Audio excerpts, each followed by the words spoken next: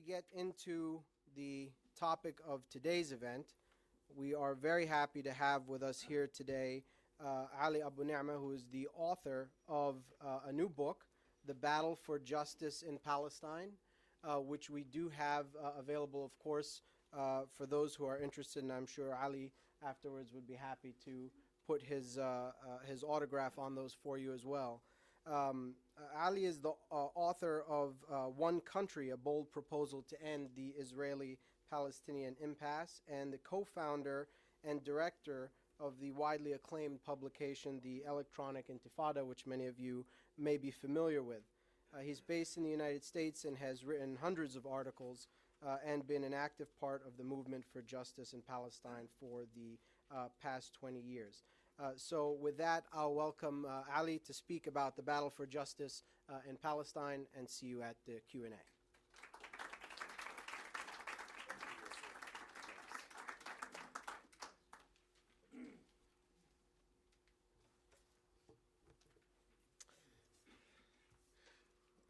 Good afternoon, everyone. It's wonderful to see a full house here and to see many old friends and many new faces. It's always a pleasure to be here at the Palestine Center. In fact, it's one of the only places in Washington, D.C. that will have me. I think it's actually the only place in Washington, D.C. That will have me. And so it means a lot to me to be here again. And I thought I would begin, before I talk about the book, I wanted to begin with a flashback, because a few years ago, around 2008, 2009, I was very fortunate to have a fellowship from the Palestine Center here. I was a non-resident fellow, but what that meant was I had the opportunity to spend time doing research and writing. And some of that research actually made it into this book. So it's an opportunity to thank the Jerusalem Fund and the Palestine Center for that support. But I also would write sort of monthly briefing papers for the Palestine Center. And one that I wrote just days after the November 2008 election of Barack Obama, assessing the prospects for the peace process. And I just wanted to have a brief flashback to a few of the sentences I wrote then. United States President-elect Barack Obama's election victory has revived hopes that stalled Palestinian-Israeli peace negotiations could finally lead to a two-state solution. Few new presidents have been greeted with such optimism and associated high expectations. However, the chances for progress depend on more than a new American president. There are several interrelated factors: U.S. engagement, the availability of a viable peace agreement, Israeli and Palestinian internal politics, and the broader international situation. An examination of these factors indicates that the optimism is unjustified and that President Obama will be no more successful in bringing about a two-state solution to the conflict than any of his predecessors. This does not, however, mean that the situation will remain static or that those pursuing a just peace have no recourse for action. And then, skipping to the end, my conclusions.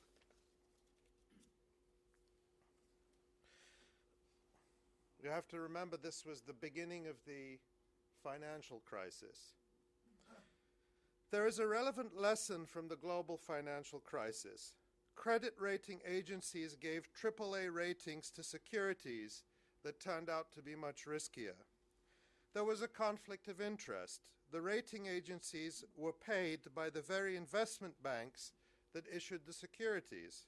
In hindsight, such ratings should have been viewed with much more skepticism. There is also a large industry that, for various reasons, views the survival of the peace process itself as paramount, regardless of its failures, and is therefore unfailingly optimistic about its prospects. For Israeli and Palestinian leaders, the process is a means to appear busy, resolving the conflict while staving off political pressure. We cannot also discount the distorting effects of millions of dollars in funding received by organizations tied to the continuation of the peace process. Then I say, we can expect little change in US policy just because a new administration takes office. This does not mean that US policy will never change. The outgoing administration, does anyone remember George Bush, the painter? The outgoing administration has adapted its approach to regional shifts of power and other developments beyond its control. At the same time, after 15 years, it's hard to remember when the peace process was just an adolescent. Now it's just about to graduate from college. So the peace process, and it'll be looking for a job or deciding to go to graduate school next. Maybe it will settle down at some point. After 15 years, the peace process has reached a dead end and the two-state solution looks unachievable. The new administration will not easily revive it. What then? And I suppose this is the crux. Regardless of US policy, regional resistance is likely to persist, frustrating efforts to maintain the status quo or impose a peace that fails to deal with fundamental injustices and inequalities. There have been 2 Palestinian intifadas against Israeli occupation in the past 20 years, and there are warnings of a third. Israel will find it increasingly difficult to justify its policies to global public opinion and will face a growing challenge from the international boycott, divestment, and sanctions movement. Efforts to pursue Israelis accused of war crimes in the occupied territories through universal jurisdiction will intensify and may begin to bear fruit. Palestinians in Gaza will refuse to remain besieged. Palestinian citizens of Israel will continue their own struggle for democracy.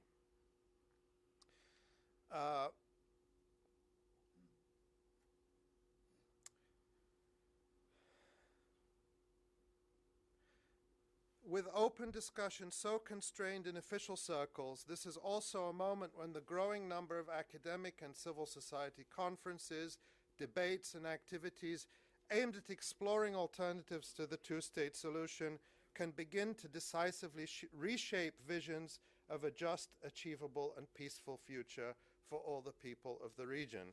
Now, I wrote that 5 years ago, and I just thought I would recycle it because it's as fresh. You can say the same thing, or you just have to change the dates. And here we are, and the peace process industry is still going on. So fast forward to 2014, and if you look at the day's news from Haaretz, it's actually, you never know whether to laugh or cry. But the headline is that Secretary of State John Kerry has blamed Israel for the failure of the peace process, and this, takes a lot of attention. So Haaretz says, the Secretary of State adopted the Palestinian version of events and reinforced it. He presented Palestinian President Mahmoud Abbas's signature on applications to join 15 international conventions as a response to Israeli violation of commitments and not as a step initiated to sabotage the talks.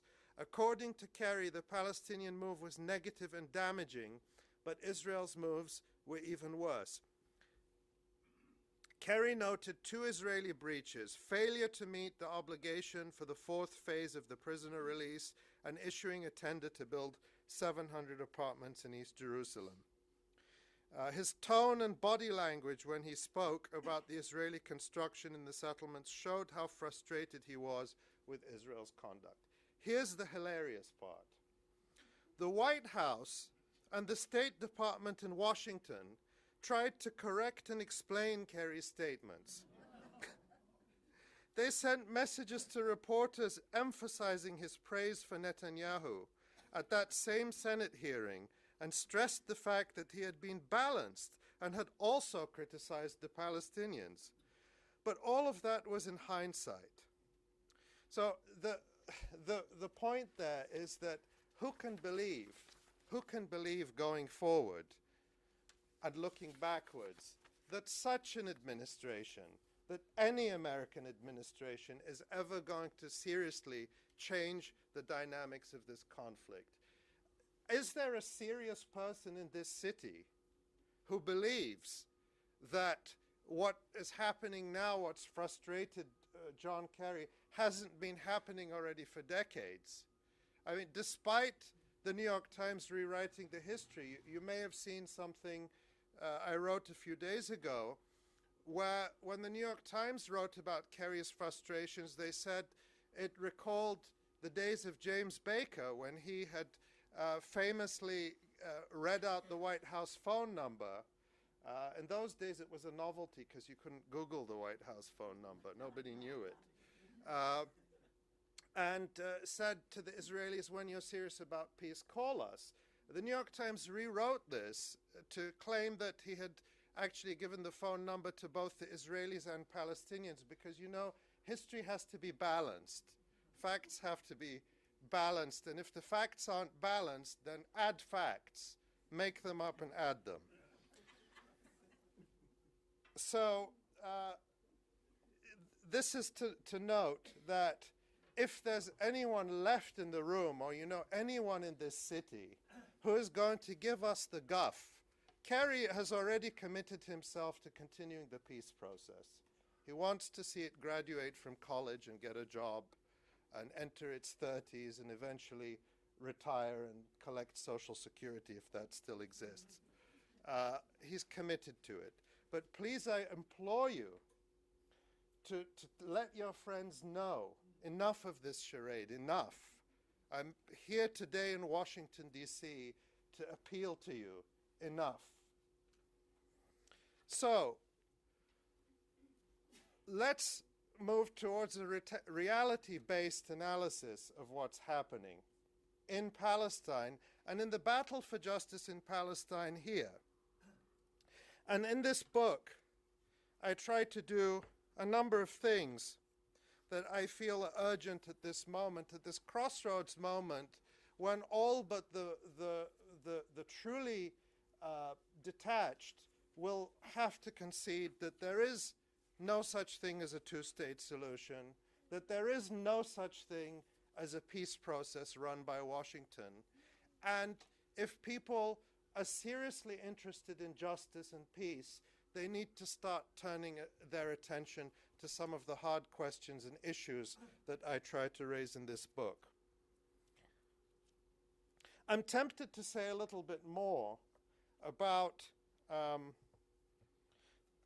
some of the myth-making that goes on. And one of the most noxious and pernicious myths that I examine in this book and bust is the one that also has come out of Washington and the peace process industry circles, and that was the myth of Fayyadism. And that, you would remember, in August 2009, New York Times columnist Thomas Friedman announced that he'd discovered, quote, you're all sitting down, the most exciting new idea in Arab governance ever. And the lucky recipients of this blessing were none other than the long-suffering Palestinians. Friedman dubbed his discovery Fayyadism for Salam Fayyad, the former IMF official appointed Palestinian Prime Minister after the 2007 US instigated subversion of the Hamas-led National Unity Government. The US-backed plot sparked a bloody and brief civil war that split the Palestinian Authority between an internationally financed and supported West Bank wing under Fatah, led by Mahmoud Abbas, and the Hamas wing boycotted and besieged in the Gaza Strip. The bitter struggle for legitimacy and power between these two factions continues to this day. Thomas Friedman portrayed the West Bank and Abbas's regime there as the exemplary model striding toward order and development under the benign hand of supposedly moderate Palestinian men in business suits. According to Friedman, quote, Fayyadism is based on the simple but all too rare notion that an Arab leader's legitimacy should be based not on slogans or rejectionism or personality cults or security services, but on delivering transparent, accountable administration and services. Friedman couldn't and didn't say that legitimacy should be based on winning elections because Fayyad had not been elected by anyone.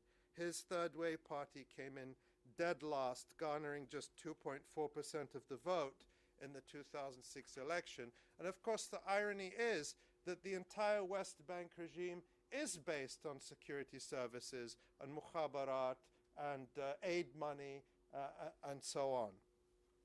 But this myth of Fayyadism was the long distraction that occupied the elites in Washington and some other places for the past few years in deluding themselves that a Palestinian state was in the making, when in fact what was going on the ground was the immiseration of much of Palestinian society. This is true in the West Bank, where in many areas, particularly so-called Area C, the poverty and the food insecurity actually got worse than in Gaza. And it has been an era of mass unemployment. You have to contrast this with Hillary Clinton, who a couple of years ago went over there and claimed that jobs were being created, new businesses were opening up. None of it was true. And you don't have to believe me. All of this can be read in reports from the World Bank and the IMF. But she also praised the opening of a five-star hotel in Ramallah as an important step towards Palestinian statehood. The Ramallah Movenpick Hotel, in fact, it appears in a number of articles that I cite as a real milestone on behalf of the Palestinian people.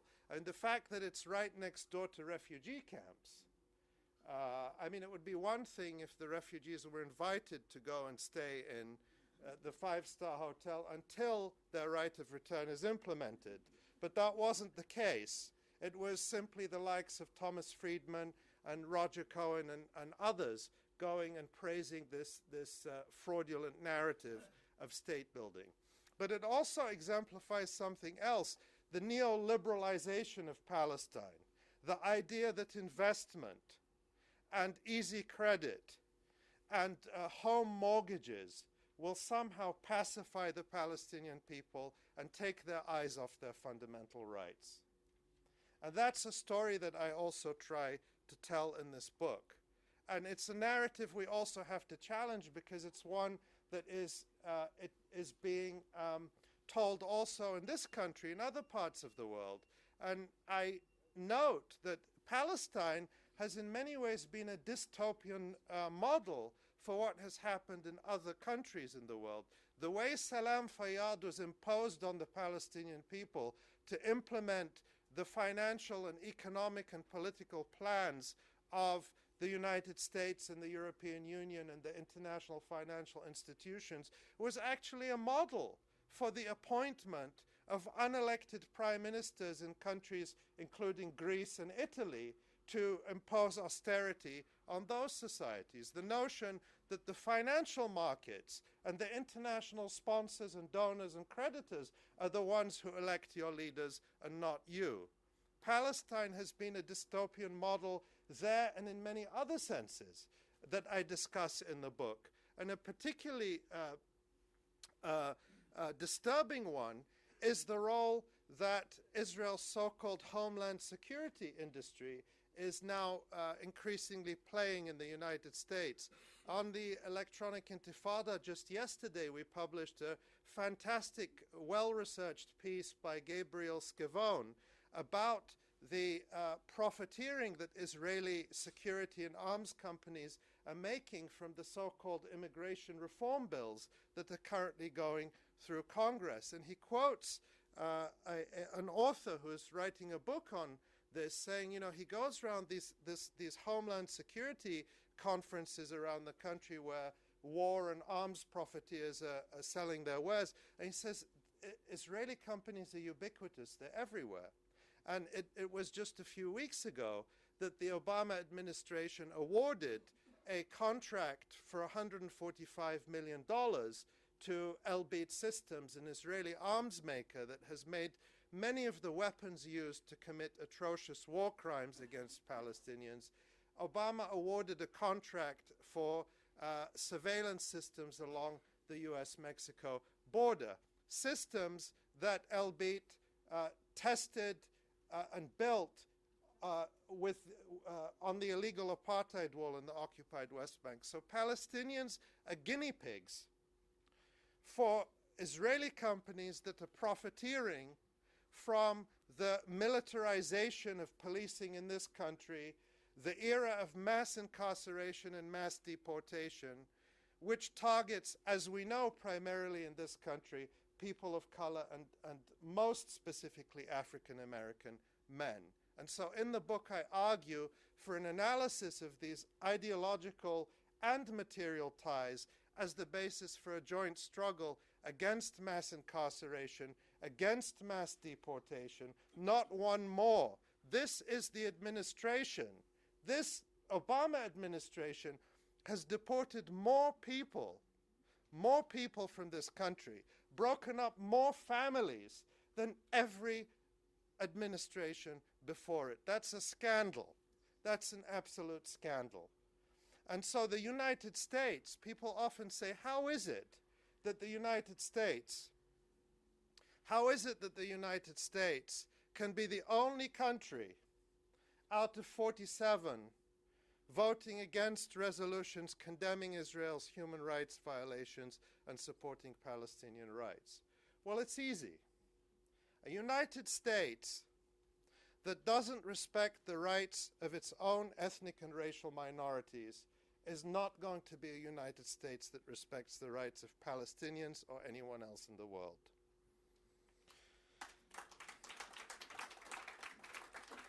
And I'm very optimistic about the possibilities for such a joint struggle. It's already happening on campuses where Students for Justice in Palestine are forming alliances with Chicano and Latino organizers who are fighting against mass deportation, who see a parallel between Israel's laws punishing Palestinian citizens who commemorate the Nakba.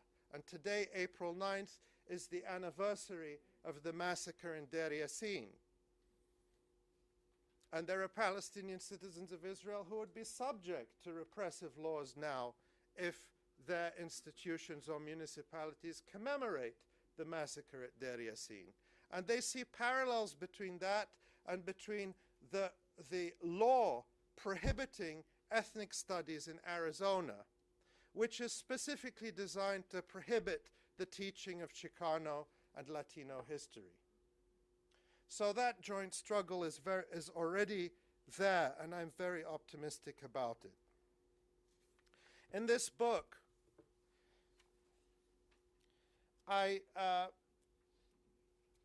ask a simple question. Does Israel have a right to exist as a Jewish state? Why would I ask this question? Well, we're lectured almost every day by Netanyahu or by Barack Obama or by John Kerry or by David Cameron or by the other world leaders that Palestinians must recognize Israel's right to exist as a Jewish state. Very rarely, if ever, are we given an opportunity to hear a logical examination of what this means in practice for Palestinians. Because if you say that Israel has a right to exist as a Jewish state, then you have to define how that right can be violated. How do you violate Israel's right to exist as a Jewish state? Well, from the perspective of Israel, if you're a Palestinian baby and you're born, you're violating Israel's right to exist as a Jewish state, because Israel defines that right as the right to maintain a specific ethnic majority. So a violation means being born, reproducing, existing as the wrong kind of human being. And if you then agree that this is how Israel's right to exist as a Jewish state can be violated, you have to define what remedies Israel has against the violators. And of course, what does this mean? Expulsion, withdrawing citizenship, laws that prohibit Israelis from marrying Palestinians and living with them in the country, plans for transfer or population exchange. All of this sounds horrifying. All of it sounds like things that we should be rejecting in the 21st century. And yet all of those policies are already practiced in Israel or being advocated by Israel's top leaders. And what is stunning is not that Israeli leaders promote this kind of racism. It's the silence and the complicity of the liberal intelligentsia in this country who turn away from this question, does Israel have a right to exist as a Jewish state? And who lecture Palestinians, you must give up your right of return. You can't hope for full equality, because that violates Israel's right to exist as a Jewish state. But what about the rights of Palestinians? I ask anyone in this room, which of your human rights are you prepared to give up so that another group of people can exercise power over you? You'll never get an answer to that question, where people will tell you, the same people who are prepared to lecture Palestinians on which of their human rights they should give up would never accept the same for them. So this book is also a challenge to people who turn away from these issues. It's a challenge to them to say, put your money where your mouth is. If you are going to argue for a two-state solution based on ethnic segregation, based on ratifying ethnic cleansing, that creates the conditions for future ethnic cleansing, then you'd better stand by those positions openly. And don't hide it behind fluffy talk about two states living side by side in peace, because we know that's not Israel's goal. Take the challenge. Answer the question. Does Israel have a right to exist as a Jewish state? What does that mean in practice for Palestinians? Answers on a postcard, please. This is also a book, and I'll hopefully end on a hopeful note, that is very much about looking forward. I've always been, even though I'm sometimes accused of being a bit sharp,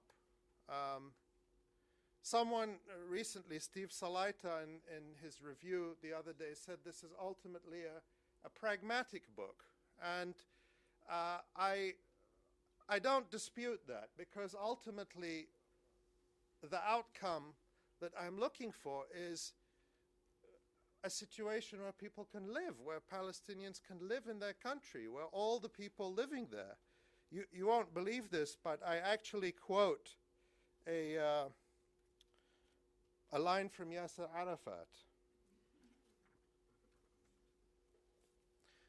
Who remembers his 1974 UN gun and olive branch speech? I know that some of us do.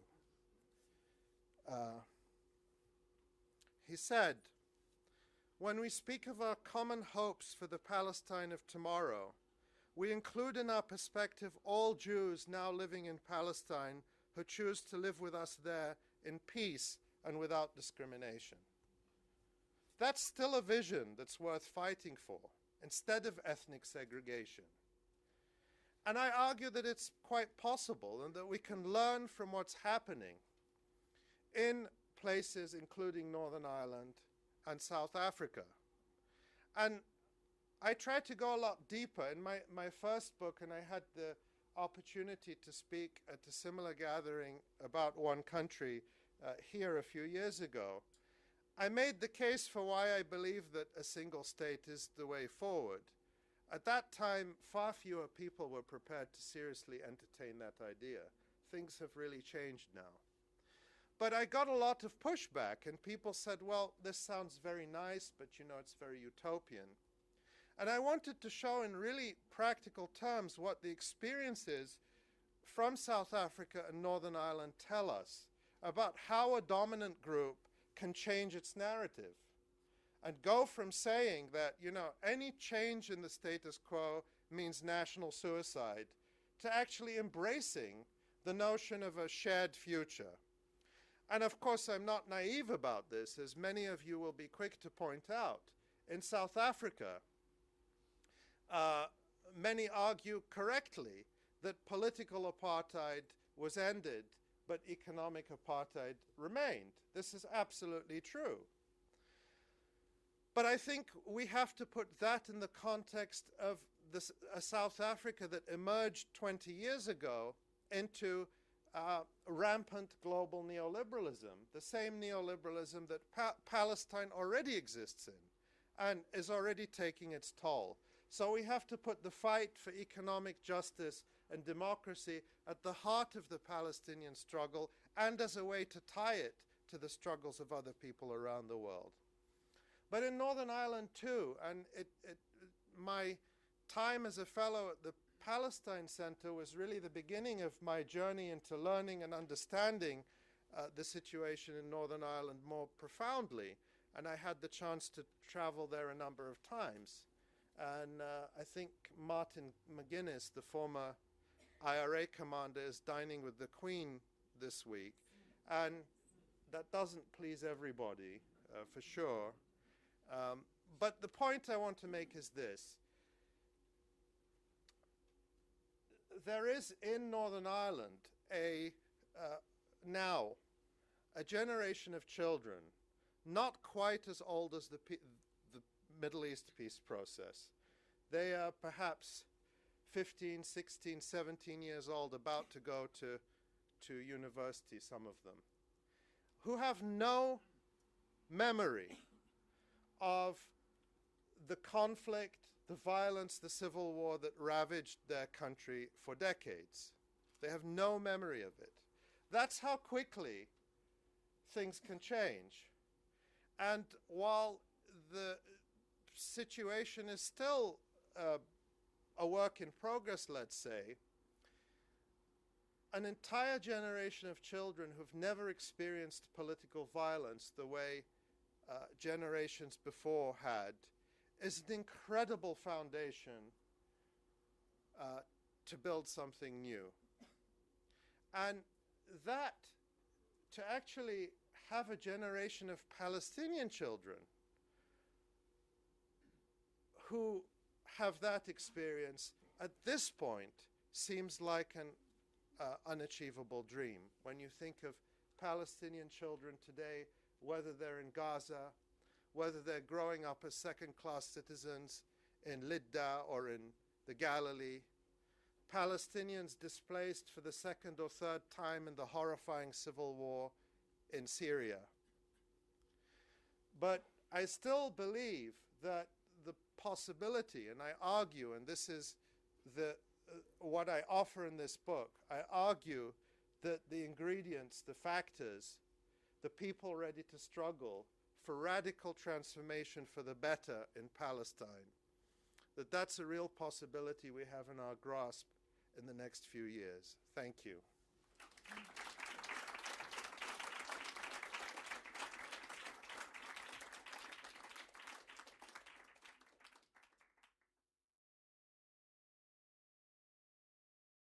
You started by emphasizing enough of this charade. Now, all the pundits tell us that this authority, which is part of this charade, is not going anywhere, that we're not likely to have another intifada and so on. my generation rallied around the armed struggle as a rallying cry. What should this generation be doing now to start the undoing of this process and actually put some teeth into this, enough to this charade? Thank you. Thank you. Thank you, Saeed. Well, you're right that the authority is not going anywhere anytime soon. People do talk about dismantling the authority, and because, you know, people understand correctly that the Palestinian Authority is an indispensable part of the system of Israeli apartheid. It provides a political and financial a native shield, you know, for the Israeli occupation. And many governments can receive Mahmoud Abbas and pretend that they're supporting the Palestinian people, when actually what they're doing is perpetuating the charade. But dismantling it is not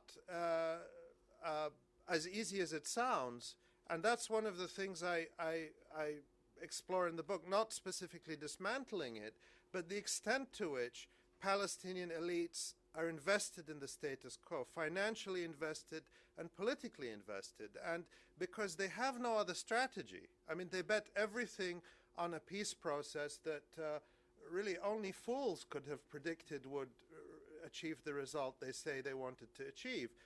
But now that it's reached its end, what can they say? What can they do? They can't go home. I mean, how many more times can Saeb Erekat resign?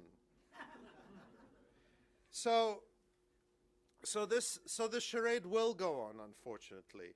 But we have to change the equation, and we're already doing it. The fact that the boycott, divestment, and sanctions movement, which was so easily marginalized and dismissed, at every step, the critics said, oh, such and such will never happen.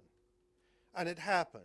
So they said academic boycott would never take off in the United States. And then it happened with the ASA vote, the American Studies Association vote, and all of a sudden we have panic, and we have bills introduced in Congress and in Illinois and in Maryland and in Florida to punish or condemn people who support, or institutions who support, academic boycott.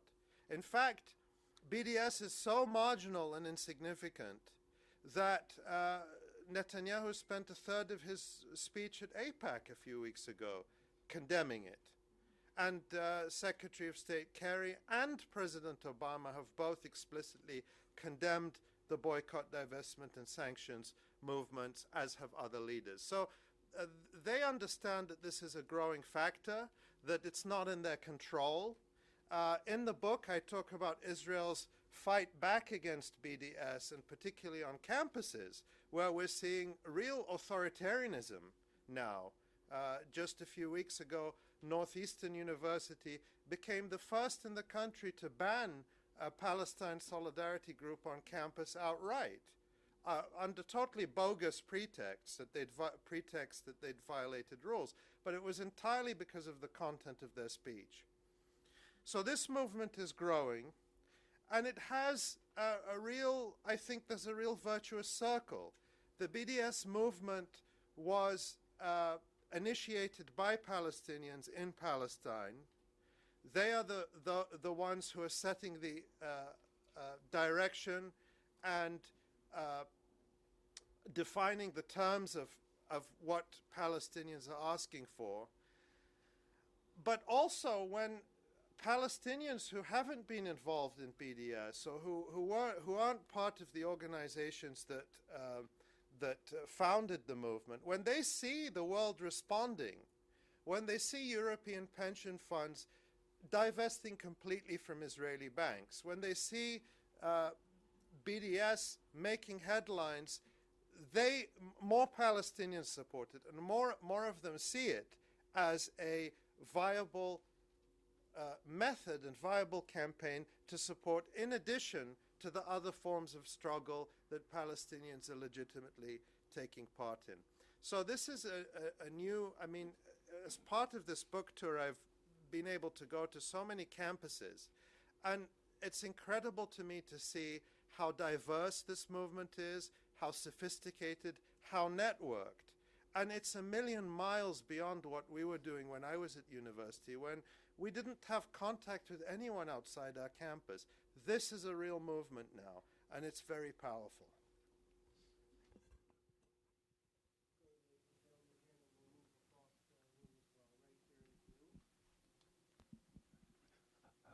Hello, I'm Phil Schrafer, retired social worker.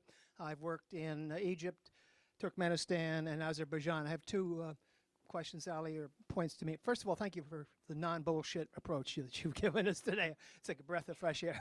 Number one, the Jewish state is somewhat threatened because 20% of Israel is not Jewish, it's Arab. So, and I believe they're sympathetic to the Palestinians. Okay, so if you would comment that. The other thing is I went to SAIS, School for Advanced International Studies, Monday, and they talked about Mindanao in the Philippines, where the Muslims and Christians have fought for about 15 years. They said that now they're very optimistic about peace. Two ingredients. One, both parties realize they can't win. They've come to the point of exhaustion. Secondly, they've learned by their mistakes in the past. So if you would comment. Thank you. I mean, the issue of, you know, when you say that 20% of Israel's population is not Jewish, I think we have to update that, because that is a claim that is based on taking the border between the West Bank and present-day Israel as if it's a real thing. But that border doesn't exist for any practical purpose. And so really what we're talking about is a single entity in which 50% of the population is not Jewish today. And that's what makes the question of Israel's claim to have a right to exist as a Jewish state so urgent. And it's a question that cannot be answered really in the affirmative in any ethical or moral way. So the only way is to assert it and then to try to suppress any discussion of it. And I actually talk in the book about how pro-Israel organizations like the David Project are trying to make discussion of Israel's right to exist as a Jewish state to redefine it as a form of bigotry that should not be allowed on campuses and should be marginalized. So I think this is really an important point to make. In terms of both parties reaching the point of exhaustion, well, Israel is not exhausted yet. Israel has the energy of, a bright youth when it comes to stealing land and building settlements on it. Israel's energy is undimmed. Israel is uninterested in reaching an accommodation with Palestinians. I think that you could say the exhaustion, that both sides recognized they couldn't win, was a factor in South Africa, was a factor in Northern Ireland. But Israel is convinced it can win. And by win, it means complete the colonization and create conditions that are so atrocious for Palestinians that they will give up or leave. This is Israel's only endgame. And they've been pursuing it doggedly for decades. And John Kerry can't tell you anything about the Israelis that every other Secretary of State didn't know, but of course didn't have the guts to say.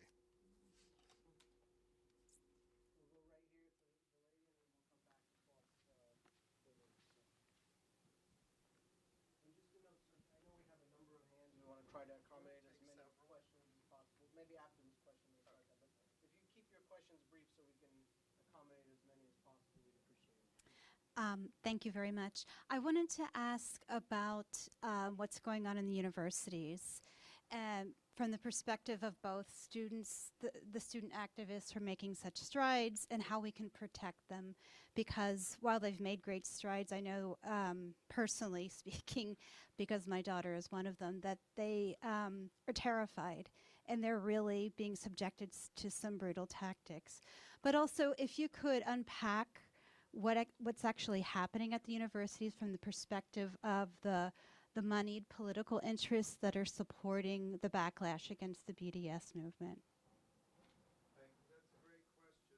And the War on Campus chapter in the book addresses many of those questions in much more detail than I can now. But very briefly,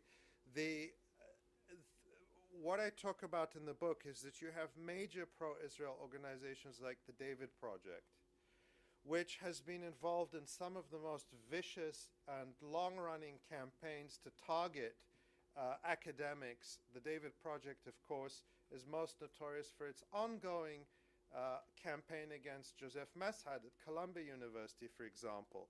But they've set their sights much wider. And I quote a white paper they published in 2012, where they say that basically the future of the US-Israeli relationship is going to be decided on campus. And this explains why they have pumped such enormous resources. We're talking not just the David Project, but the Hasbara Fellowships, the Israel Project, a whole range of organizations into campuses to try and stop what they see as the growth of what they call anti-Israelism. And this has involved everything from, as the David Project recommends, accusing educators of academic malpractice, to try and intimidate people into silence, to the abuse of US civil rights law, the abuse of Title VI, filing bogus complaints against universities claiming that they're fostering a pervasive atmosphere of anti-Semitism because of Palestine solidarity activism on campus.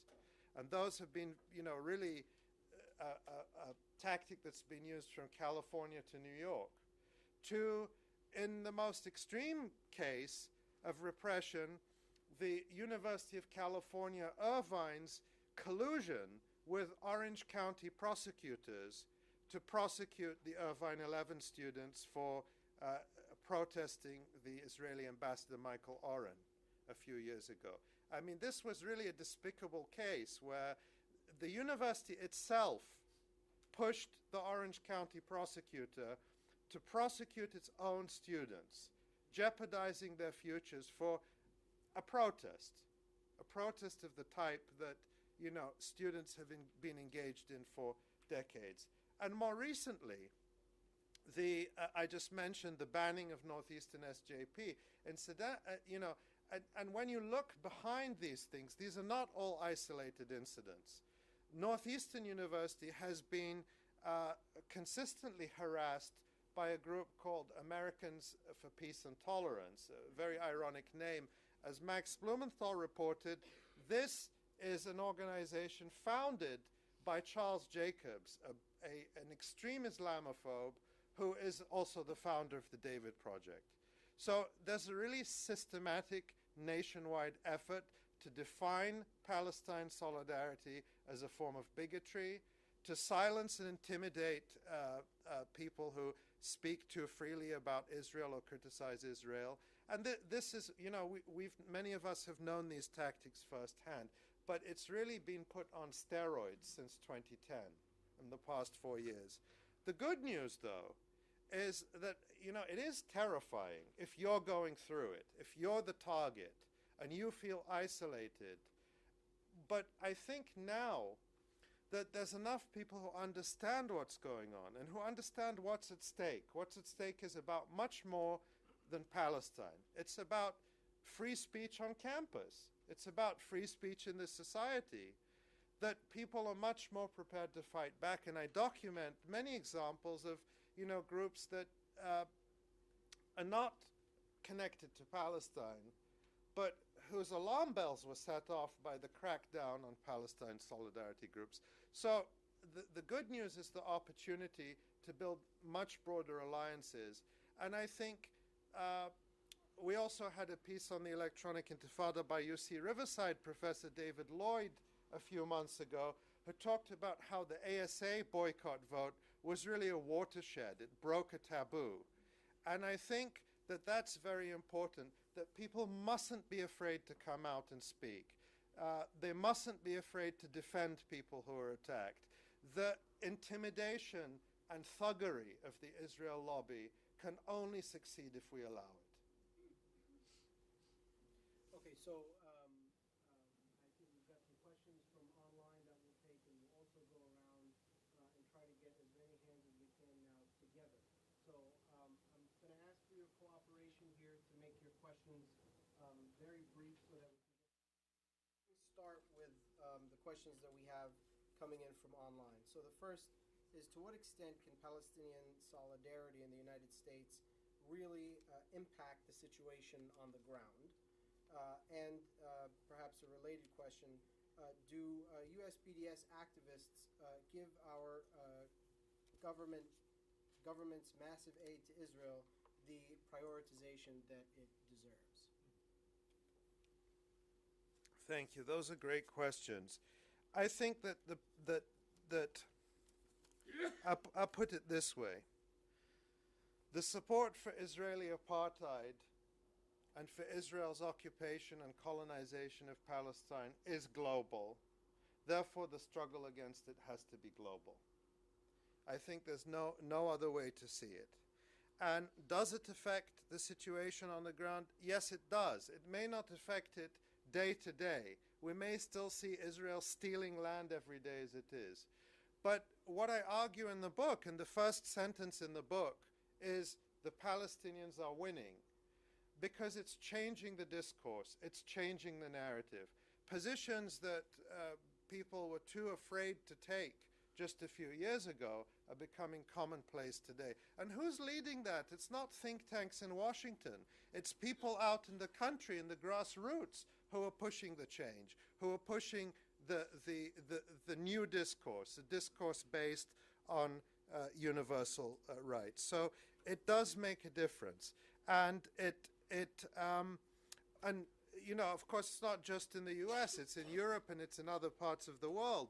And in the US, we've seen victories, really significant victories just in the past few months. I already mentioned some of them. But, you know, let's give a shout out to the St. Louis Palestine Solidarity Committee, which succeeded in kicking occupation profiteer Veolia out of St. Louis, of ending a city contract with Veolia. And Veolia had to admit that it was because the protests were just, you know, too bad for its reputation. But what was significant about that victory is that it was because of coalition work. The activists in St. Louis were working with environmental groups and others who were concerned about the devastating impact potential water privatization would have on their communities and their environment. So yes, it makes a difference in Palestine, but it can also make a difference here too. The issue of Israeli aid, you know, I think there are lots of people who focus on Israeli aid, but I think that my sense is what many of people have come to understand is that U.S. aid to Israel is, in a sense, a symptom of a deeper problem. The amount of aid is huge by comparison to what other countries receive, but is it the decisive factor? It's really a symptom that goes along with U.S. Military, economic, and diplomatic support of Israel. So I think our campaigns have to really address that whole range of issues of governmental support and also corporate complicity. Okay. I know we've got a number of people who've been waiting very patiently, and we'll go quickly with questions with the microphone. So right here, and then the lady over here, and then we'll come here. So brief questions so we can accommodate them. One simple question. Mahmoud Abbas' son told his father, you have to leave Palestine and leave it to the Zionists and let us see what they can do. Is it practical if he leaves? Okay. Lady over here, and then we'll come back. How do Israelis deal with the sad irony that their claim to a Jewish state mirrors Germany's efforts to establish a pure Aryan state? And the gentleman here, and we're probably going to have to wrap up at that point so we can get answers and also have a chance to get the books. Please comment on the changing role of the churches in the United States on this issue. And do you see a potential for their role becoming something akin to the role of churches in the abolitionist movement, the U.S. civil rights movement, and the anti-apartheid movement? Okay, thank you very much. A lot to respond Thank you, Yusuf, and thanks. Those are great questions.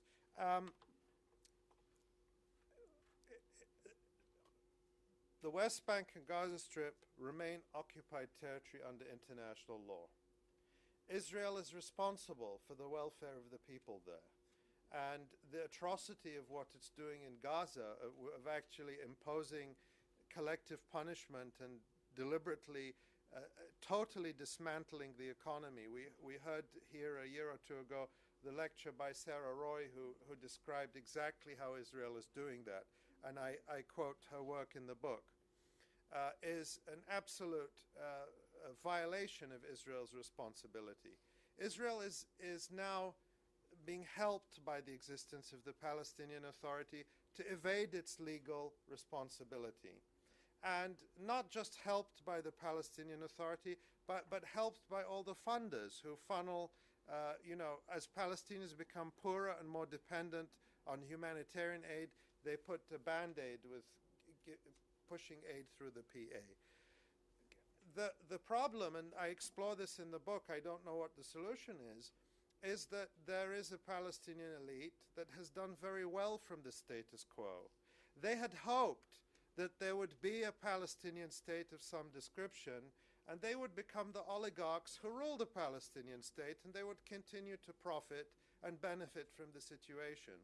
That hope has been dashed now. They know that there isn't going to be a two-state solution. And what do? Maybe they can get their profits out in time and move to the Gulf or to Europe or something, and then they'll let the Palestinian Authority collapse. But what I'm saying is that Mahmoud Abbas is not alone in this. There are enough people who feel their interests would be threatened by a collapse of the PA. But morally and legally and ethically, the responsibility is Israel's, and Palestinians should not be shielding Israel from the full cost of its occupation and colonization.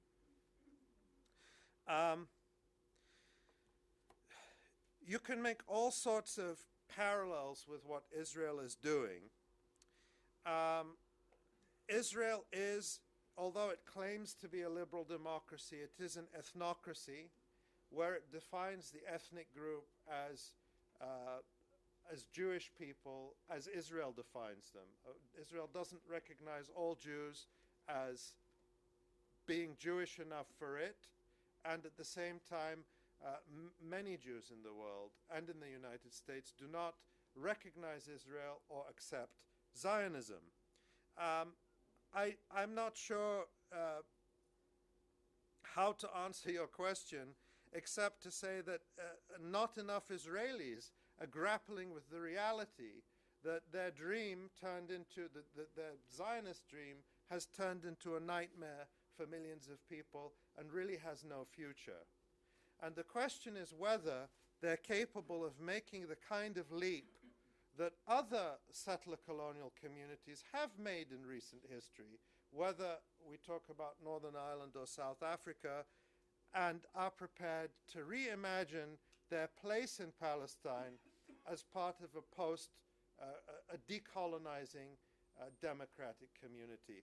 I think it is possible. I think it is possible that Israelis can do it, but I think it's going to require more pressure, more BDS, and more insistence that there be no detours towards fake solutions that can shield them for a few more years. Finally, the question about the churches. I'll say this. Keep your eye on the Presbyterian Church of the USA General Assembly in this summer in Detroit, because the debate over divestment is going to come up again. It lost very narrowly by just a few votes in 2012, and I talk about the tremendous effort in the battle for justice in Palestine. I talk about the tremendous effort the Israel lobby put into defeating divestment. 2 years is a long time in this battle.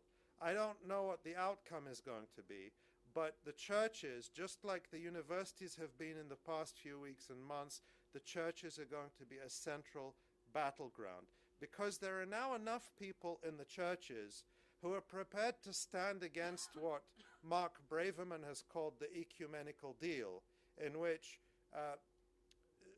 pro-Israel groups agreed not to call Christians anti-Semitic as long as Christians agreed not to criticize Israel. And that ecumenical deal is falling apart as more people in churches recognize that supporting Israel and supporting Zionism are not the same thing as standing against anti-Semitism and anti-Jewish prejudice. And we need to do both. Moral and ethical people stand for Palestinian rights. They stand against a Zionist vision of an ethnically cleansed Palestine, and they stand against all forms of bigotry, including anti-Semitism and Islamophobia. Thank you. Sorry? Well, there is a petition to the Pope, this Pope who has spoken out on many issues and shaken things up a little, a petition to ask the Pope, and this has been put around by Friends of Sabil and others, and I encourage you to look for it and sign it. Thousands of people have signed it, asking the Pope to simply condemn Israel's arrest and torture of Palestinian children. There's some 200 Palestinian children in Israeli detention. Will Pope Francis, if he goes to the Holy Land in May, actually take a position as controversial as standing against the arrest and torture of children? We'll see. Thank you.